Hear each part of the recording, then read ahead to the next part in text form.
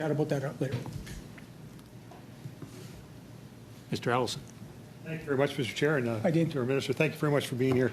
I got a question for you.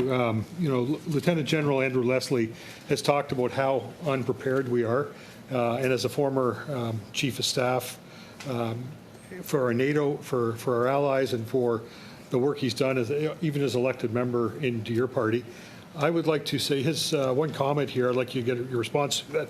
This current Prime Minister of Canada is not serious about defense, full stop. Yeah, well, first of all, I have a great deal of respect for Andy, and he's a friend of mine. We've been friends and colleagues for a long time. And I have respect for his opinion, but respectfully, I would disagree with him on that. The Prime Minister has been, I think, demonstrated a remarkable seriousness on defense.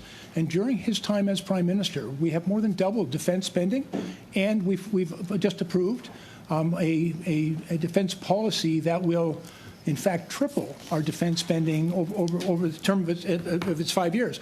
But even beyond that, the Prime Minister has also made it clear that we still need to do more, and we're going to do more with respect to integrated air missile defense, submarines, et cetera. Thank you, so Mr. I would just point that out to my very good friend and respected colleague, Andy Leslie.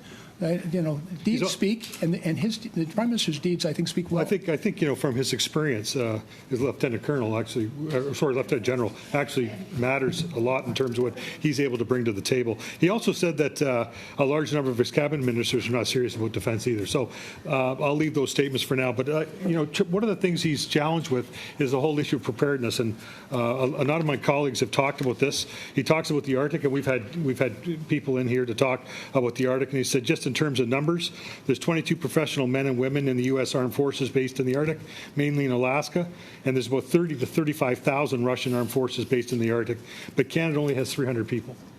So we talk about preparation.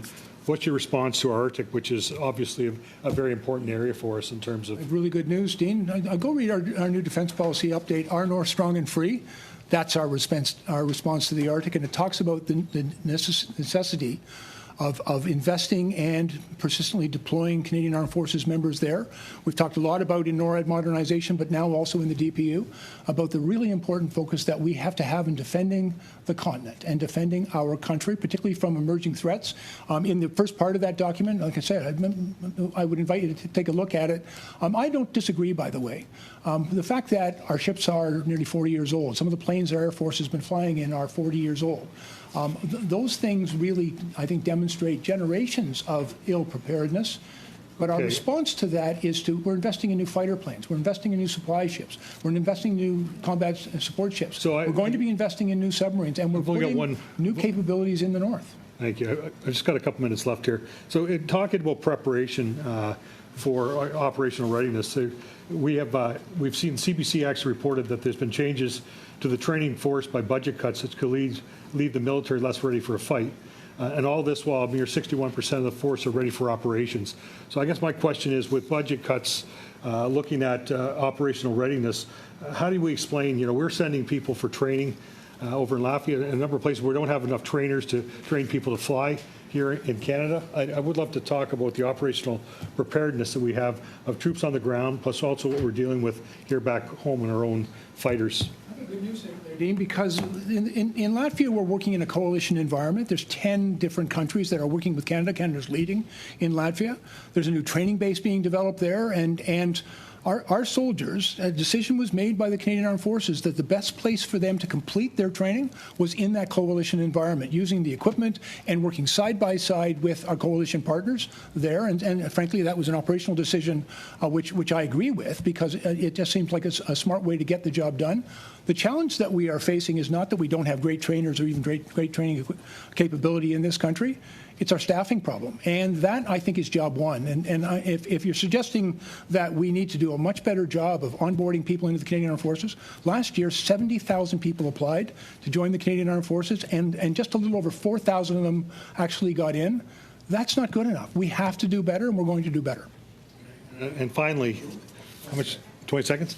I guess finally, in terms of the Arctic, when do you see us having more troops ready to be there? Well, the work has already begun. We're in the north already, and I've also met with the Ranger program with almost 2,600 people right across the north. Now they're not military, but they're really important eyes and ears, and they perform a really important function in the military, and we're going to continue to support them as well. We just a couple of weeks ago. Broke ground on a new facility for JTFN in Yellowknife. We're already beginning to make those investments. And Okay. in fairness, the policy document just came out. The Canadian Armed Forces is clearly turning Minister. their strong attention and their capabilities Yeah. to making sure that we're ready in the north. Minister, Sorry. I don't know who's the worst one at this table. Like, gee, it's a neck and neck among the whole lot of you.